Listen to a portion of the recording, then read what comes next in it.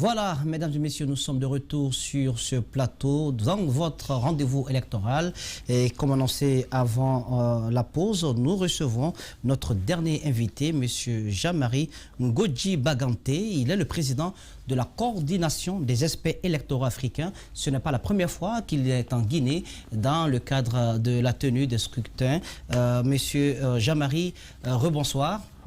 Bonsoir, monsieur. Alors, dites-nous pour cette présidentielle, nous avons quand même un enjeu au niveau de la sous-région. La Côte d'Ivoire à côté également tient sa présidentielle le 31 octobre, donc pendant le même mois. Pourquoi avoir choisi la Guinée pour l'observation électorale quand on sait que lors de votre dernier séjour, j'y arrive, tout ne s'est pas très bien passé. Vous avez été touché, vous et vos collègues, de la Covid-19. Oui, je pense que c'est la raison même pour laquelle nous avons choisi, moi personnellement, de revenir ici en Guinée. Parce que si je ne revenais pas, les gens diraient que c'est parce que ce monsieur a été victime de Covid. Et comme le Covid ou la Covid continue toujours à sévir, il n'est pas venu parce qu'il a peur. Et nous venons aussi parce que la Guinée est un pays, depuis les indépendances ou avant les indépendances, est un pays panafricain, qui a l'esprit panafricain. Et nous, en tant que les associations et ONG de la société civile africaine, panafricain, nous ne pouvons pas, franchement, laisser ne pas venir en Guinée et choisir la Côte d'Ivoire à côté, qui n'a pas le même esprit. Non. Alors dites-nous concrètement, cette année pour la présidentielle, vous allez déployer combien d'observateurs sur le terrain et également comment on peut être sûr que votre mission sera transparente, que tout se passera de façon désintéressée, parce que d'aucuns diront que les missions d'observation africaines sont envoyées par les partis au pouvoir, par le pouvoir central, qui les loge, qui les nourrit, qui les blanchit. Comment, dans de telles conditions, compter sur vous quant à un rapport qui reflétera véritablement ce qui s'est passé dans les bureaux de vote? D'accord. Nous sommes 83 observateurs, 7 nationalités. Et ces 83 observateurs appartiennent à 4 ONG. Il y a Casido du Tchad, il y a celle de la Guinée équatoriale, il y a PIDPR du Burkina Faso, il y a Club Afrique Émergence qui est dans le droit camerounais. Nous sommes venus parce que nous croyons à la Guinée. C'est d'abord ça. Nous sommes venus travailler de manière objective, avec la neutralité. Je suis votre télévision au Cameroun, comme beaucoup d'autres. Même ici, les gens disent que vous êtes de l'opposition, d'autres disent que non, vous avez des partis plus avec nous. On ne peut pas empêcher les hommes de réfléchir gauchement ou bien dans le bon sens. Ceux qui disent que l'État guinéen ou d'autres États nous prennent en charge, je pense carrément qu'ils n'ont aucune preuve. Ils n'ont aucune preuve. La fois dernière, nous étions ici. Nous avons déployé 93 observateurs. Nous avons fait le travail. Vous avez été invité à notre conférence de presse. Nous avons rendu la copie à qui de droit, ça veut dire la CENI, les institutions du moment établies ici en Guinée et nos partenaires. Et c'était un rapport objectif. Qui vous finance? C'est là où réside la question, parce que, vous savez, je ne sais pas si vous l'avez appris, mais après votre départ, il a été dit au sein de l'opinion que votre mission d'observation a eu des soucis à l'interne, parce que tout simplement, les frais à payer pour le travail que vous avez joué concernant un scrutin ou un double scrutin contesté à l'époque, parce qu'il s'agissait quand même du référendum et des législatives, et que voilà, le montant qui devait être payé n'a pas été fait. Donc ça avait créé des soucis entre vous et le pouvoir central. Non, ça ce sont les rumeurs. Vous savez, quand nous sommes arrivés ici, nous avons présenté la mission, nous avons fait le travail. Ce n'est ni le gouvernement, l'État guinéen qui a inventé le Covid, ce n'est ni nous, comme disaient d'autres, que c'est nous qui avons apporté la Covid ici. Mais le fait que nous sommes venus faire un travail, et indépendamment de notre volonté, nous avons été bloqués. Vous voyez? Et si vous êtes bloqué, ça veut dire en principe qu'il y a problème. Et quand il y a problème, on ne peut faire recours au moins au peuple, à l'État, de nous apporter au moins un minimum. Qu'est-ce qui a été fait concrètement? Non, ce qui a été fait, l'hébergement, au moins là où nous étions, a été soldé par l'État, il faut dire la vérité. Et le minimum aussi, il nous a fait partir d'ici parce que les avions ne volaient pas. Fait les laisser passer. Par exemple, nous étions le dernier groupe. Nous sommes passés par Sierra Leone, Libéria. C'est au Libéria que nous avons pu trouver le vol éthiopien. D'autres sont partis d'ici pour le Bénin, pour le Burkina Faso et autres. Et c'est tout à fait normal que cela soit ainsi. Si jamais ce n'était pas dans cette situation sanitaire, je ne pense pas qu'on devait faire recours à qui que ce soit. Parce que... Pour répondre quand même à ma question, qui vous finance? Il y a quand même un coup de main des différents partis. Comment parler de neutralité dans ce sens quand c'est un président sortant qui est candidat à sa propre succession? L'élection s'était déjà passée depuis longtemps. Oui. Nous avons rendu nos copies afin que cela n'arrive. Et c'était déjà même au mois de mai. Parce qu'on avait quand même un minimum pour pouvoir se prendre en charge. Mais le fait qu'on était là, ce n'était pas facile d'aller au mois de mai, au mois de juin, au mois de juillet. Votre budget initial... Est-ce qu'il fallait rester pour périr? Non. Peut-être on serait même venu ici chez vous. Demander de nous aider parce que c'était difficile. Oui. J'insiste quand même sur ma question. Parce que je n'ai pas encore la réponse à ma question. Oui. J'ai dit qui finance vos opérations? Vous partez de divers pays, vous vous organisez pour aller observer les élections dans les pays. Vous dites, bon, vous faites un travail indépendant. Qui vous prend en charge? D'accord. Si vous me permettez, je ne vous citerai pas les noms, mais nous avons donc des partenaires, des autres ONG, sœurs du Nord, qui ont franchement des moyens par rapport à nous. Nous leur soumettons un programme annuel. C'est à eux de voir s'ils peuvent nous aider à aller observer l'élection au Mali ou ailleurs. C'est là nous recevons donc un peu, et aussi émanant donc de nos cotisations quand même. On met un peu de la volonté. Je voudrais que vous donniez des noms. Ça nous permettra un peu de pouvoir vérifier. Non, mais c'est ce qui est la transparence. Moi, je pense Rien que... n'est à cacher à non, ce niveau. non. Vous savez, vous êtes un média respectable et connu partout, mais ne pensez pas que le média, quel qu'en soit le plus grand média au monde, ne vit pas carrément des publicités hautes. Si je me mets ici à vous demander d'où vous prenez vos ressources, vous allez être transparent pour me dire que vous avez pris à gauche ou à droite? Je ne pense pas. Monsieur Ngodji Baranté, vous prenez à gauche et à droite. Vous prenez à gauche ou à droite. À gauche, est-ce que le palais sécotria ne fait pas partie de cette gauche qui dit allô, monsieur Ngodji Baranté, l'élection présidentielle est là, j'ai besoin de la légitimer, venez avec vos groupes d'observateurs électoraux, je vais vous donner quelque chose. Non. Malheureusement, non. Malheureusement, non. Nous envoyons les demandes d'accréditation. C'est même ce soir que nous avons eu l'accréditation. C'est dans le sac là. C'est ce soir. Ça veut dire que rien n'a été préparé au préalable pour nous inviter. On ne nous invite pas. On demande est-ce que nous pouvons venir. Et j'ai même une lettre, la prise en charge. Ils ont demandé la lettre de prise en charge. Je vais vous envoyer ça. Si vous ne produisez pas la lettre de prise en charge qui prouve que vous deviez prendre vos observateurs en charge, vous n'aurez pas l'accréditation.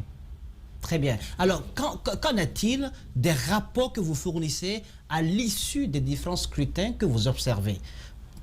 Il y a quand même quelques confrères qui m'ont dit les rapports sont identiques. C'est-à-dire que vous validez systématiquement l'élection du président qui s'est présenté à sa propre succession. Il n'y a pas de critique allant dans le sens à pointer du doigt les anomalies, les dysfonctionnements et autres. Est-ce que ce n'est pas lié à ce que certains suspectent? Non. La promiscuité avec vous savez oui. que la perfection n'est pas de ce monde. Nous tendons vers la perfection. Quand la CENI organise une élection ou des élections, ce qui est sûr, il y a parfois des points faibles et des points forts. Mais qu'est-ce que nous, en tant qu'observateurs, depuis le processus jusqu'au jour de scrutin, qu'est-ce que nous faisons? On suit le fichier électoral. la campagne, le jour du scrutin. Et s'il y a même le recours, c'est l'ensemble de tout ça qui nous permet de produire un rapport préliminaire ou définitif pour dire que l'élection s'est bien passée ou pas. Mais pas pour autant dire qu'on peut ignorer, n'est-ce pas, des imperfections, des insuffisances. Nous faisons même des recommandations. Il y a 10 ans aujourd'hui, en Côte d'Ivoire, c'est la coordination des experts électoraux africains qui avait invalidé l'élection au centre nord-ouest de la Côte d'Ivoire. Parce que cela s'était très mal passé. On avait même fourni des preuves. Ne pensez pas que nous sommes des observateurs bénis, oui. Et ne pensez pas que un acte posé par un homme, un acte posé par une institution doit être bien fait à 100%. D'accord. Non. C'est vrai, aujourd'hui, 83, si j'ai bonne mémoire, Oui. le nombre d'observateurs envoyés en Guinée pour ces bureaux de vote. Est-ce que, parce qu'aujourd'hui, il y a quand même des zones. Attention, il y a la région de Kankan, il y a la Moyenne Guinée, où il y a eu en tout cas des échauffourées avec le Premier ministre. Est-ce que vous allez vous focaliser aussi sur ces zones où l'opposition quand même se dit on a peur, est-ce qu'ils vont accepter nos délégués? Non, ça c'est l'opposition, nous sommes les observateurs qui avions une vision neutre. Je vais vous faire parvenir notre plan de déploiement. Dans ces zones-là, nous y serons. Nous y serons. Parce que si nous, on ne part pas dans ces zones, on ne sera pas capable de dire exactement si les élections se sont passées dans ces zones. Si vous constatez par exemple que dans un bureau de vote, l'opposition n'est pas représentée du fait du parti au pouvoir qui a fait pression pour empêcher que les délégués soient là, qu'est-ce que vous feriez? Bon, en ce moment, nous allons observer et constater et faire ressortir dans notre... Parce que nous ne sommes pas juges pour juger et nous n'avons pas le pouvoir de demander à ce que les délégués de l'opposition soient là. Mais je voudrais aussi simplement vous dire que dans la plupart des pays, l'opposition n'a pas toujours les moyens d'affecter les délégués ou leurs représentants dans tous les bureaux de vote. Je vais prendre par exemple un pays comme le Cameroun avec plus de 35 000 bureaux de vote. Ça coûte cher. Ça coûte cher. Parfois, ils se mettent ensemble pour voir s'ils peuvent franchement avoir les représentants dans tous les bureaux de vote. Mais là, on ne saura pas. Quand on demande est-ce qu'il y a le représentant de tel parti, oui, on relève le nom, tel parti. Non, bon, on relève et on constate simplement à la fin donc, de tout le processus que le jour de l'élection, il y a eu moins donc, des délégués du parti au pouvoir ou les délégués donc, de l'opposition. D'accord. Qu'est-ce qui différencie votre mission d'observation électorale de celle européenne, par exemple, de celle onusienne, quand on a des observations qui sont faites sur nos scrutins par des regards étrangers, en tout cas hors du continent? J'ai comme l'impression que cela écorche un tout petit peu votre sentiment d'Africain, votre sentiment de nationaliste, si je peux le dire ainsi. Oui, mais nous ne sommes non plus carrément les chauvins absolus. Nous sommes les Africains. Nous connaissons la géopolitique africaine, nous connaissons la sociologie de la société africaine. Vous avez parlé de l'Union européenne. Je ne sais pas si vous avez déjà entendu un jour que la société civile ou l'Union africaine allait observer en Europe. Mais ce sont eux qui viennent parce qu'il y a les spécialistes de la Guinée, il y a les spécialistes du Cameroun et autres. Et quand ils viennent, ils restent dans des hôtels luxueux et autres, ils sortent les rapports selon leurs intérêts. C'est selon leurs intérêts. Vous comprenez bien, je dis bien c'est selon leurs intérêts. L'opposition aussi récuse ces missions d'observation domestiques africaines. Ils se disent non, ils préfèrent les rapports de l'Union européenne, des Nations Unies. Internationale. Ils préfèrent donc les rapports de l'Union européenne, de l'OIF et autres. Vous savez, il va de soi. On ne peut pas interdire à quelqu'un de ne pas faire la préférence et autres. Mais quand vous me posez la question, je vous réponds normalement comme il le fallait. Vous comprenez? Je vous dis, l'Union européenne, c'est selon ses intérêts.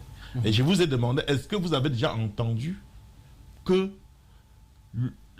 l'Union africaine ou la CEDEAO est allée observer en Europe, aux États-Unis. On a quand même envie de savoir quelle est la... Non, attendez, j'en viens. Parce que ce sont ces institutions, que ce soit l'Union européenne, que ce soit l'OIF, qui finance la CEDEAO, le budget de la CEDEAO dans beaucoup de domaines, que ce soit l'Union africaine. Et parfois, quand l'Union européenne ne vient pas au l'OIF, ils savent que l'Union africaine est là en train de faire le travail autre et vont rendre compte, donc, selon toujours leurs intérêts. Et nous, en tant que société civile, on ne peut pas quand même rester bras croisés, laisser les gens venir nous dicter et déstabiliser parfois nos pays, parce que les élections, c'est quelque chose de très, très, très, très important dans la vie d'une nation. Est-ce que vous comprenez? De laisser, nous constituons en quelque sorte un poids. Si nous sommes poids légers, au moins l'Afrique a sa voix à donner dans ce domaine. Je sais bien ce que vous dites, vous êtes de la société civile, vous savez, ces institutions africaines également amènent des observateurs, que ce soit la CEDEAO ou bien l'Union africaine, et les institutions européennes dont on parle aussi amènent des observateurs. Peut-être c'est dans la démarche ou la formulation peut-être des phrases dans les rapports qui se distinguent un peu des unes des autres, mais ce qui est sûr, vous arrivez aux mêmes conclusions. C'est-à-dire qu'il y a eu des irrégularités, mais qui ne sont pas de nature à entamer la sincérité. C'est la phrase fétiche. Est-ce que finalement, vous-même, vous dites que vous avez un apport à ce processus? Est-ce que vous apportez quelque chose? Honnêtement, est-ce que vous dites que vous apportez quelque chose au processus électoral en Afrique? Oui. Comment? Quoi, oui. Exactement? Seulement la présence d'un observateur national ou international, la présence là, elle est dissuasive pour les éventuels fraudeurs. Mais ça n'empêche pas la fraude. Non. J'ai dit, elle est dissuasive. Je n'ai pas dit que c'est pour interdire à ce que les gens ne fraudent pas. Je ne l'ai pas dit. Je prends l'exemple, par exemple, du Kenya en 2017, où les observateurs étaient arrivés à une conclusion tout de suite pour dire, bon, il y a eu des irrégularités, mais qui ne sont pas de nature à entamer la sincérité du vote. Et la Cour constitutionnelle a, si vous voulez, rendu un arrêt qui était contraire à tout ce qui avait été présenté par les observateurs. C'est-à-dire en invalidant la réélection de Uhuru Kenyatta, même si le processus au finish l'a reconduit à la tête du pays. Est-ce que finalement, vous ne vous dites pas que vous devez vous amender? Si votre travail doit consister à dire, bon, il y a eu des irrégularités, mais le vote est sincère. Est-ce que vous ne vous dites pas qu'il y a quelque chose qui manque dans votre travail? On a l'impression que tout est prévu d'avance. Non. Non. C'est simplement que vous avez l'habitude d'entendre que, bon, nonobstant quelques irrégularités qui ne sont pas de nature à entacher le bon déroulement et autres tout, on arrive, c'est ce que vous venez de dire. Mais en principe, c'est ce qui se passe le plus souvent. Ce que nous disons, c'est ce que nous avons vu. Vous avez cité le cas de Kenya. Il y a le Malawi, que vous avez vu, l'élection a été invalidée par la Cour constitutionnelle et on a repris l'élection et le président sortant a perdu. Nous avons vu en Géorgie, bon là c'est en Europe, en Afrique, nous avons, il y a des cas, il y a des cas, même ici à côté de la Guinée-Bissau, il y a eu donc des problèmes après l'élection et tout. Mais finalement, ça veut dire que les observateurs ne sont pas les observateurs plaisantins, c'est quand même des gens qui font le travail de fond, mais cependant ne valident pas une élection comme si c'était la Cour constitutionnelle. Parce que dans un pays, il y a des institutions chargées de régler, n'est-ce pas, les contentieux électoraux. L'observateur donne son avis, fait des propositions. Et parfois, son avis peut peut-être enlever cette légitimité à mais bien sûr, bien sûr.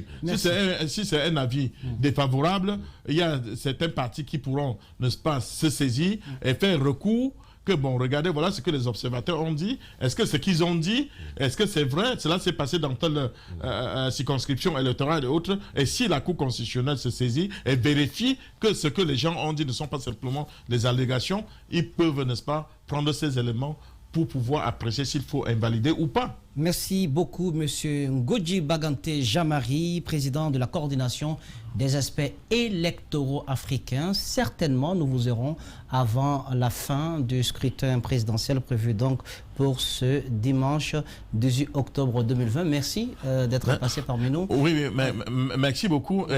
Vous savez, l'élection présidentielle de 18 octobre a plus d'enjeux que le référendum et les législatives dont nous étions. Tout ce que nous pouvons bien dire, c'est simplement que les Guinéens sachent que après l'élection, la Guinée va continuer toujours à vivre. Donc que ça soit une élection paisible, parce que la campagne s'est annoncée franchement, c'est le mot violent. Et ce n'est pas bien. Nous, on regrette ça. Hein, on déplore le fait qu'on barre la route à certains candidats qui sont des citoyens et qui ont franchement cette volonté de pouvoir arpenter tout le pays pour présenter, pour décliner leur projet de société. C'est pas bien. Et je pense que les Guinéens sont un peuple épris de paix, mûr politiquement. Et tout ce que nous pouvons dire, il faudrait simplement que l'élection du 18 octobre soit une élection que personne ne va perdre et personne ne va gagner, parce que tout ce qui va gagner, c'est la Guinée qui sortira grand après cette élection. Merci. Donc, c'est donc sur cette note d'espoir de M. Jamari que nous nous quittons au compte de ce deuxième numéro de votre rendez-vous électoral. Merci à mes confrères, Jacques Lewaleno, Djiba Milimono. Merci à la section technique et rédactionnelle. Eh bien, c'est la fin donc de ce rendez-vous électoral. Vous allez suivre dans un court instant, après la pause, les échos de la campagne avec les campagnes menées par les différents partis en lice donc pour la présidence de la République. Dans un court instant, bonsoir chez vous. Merci.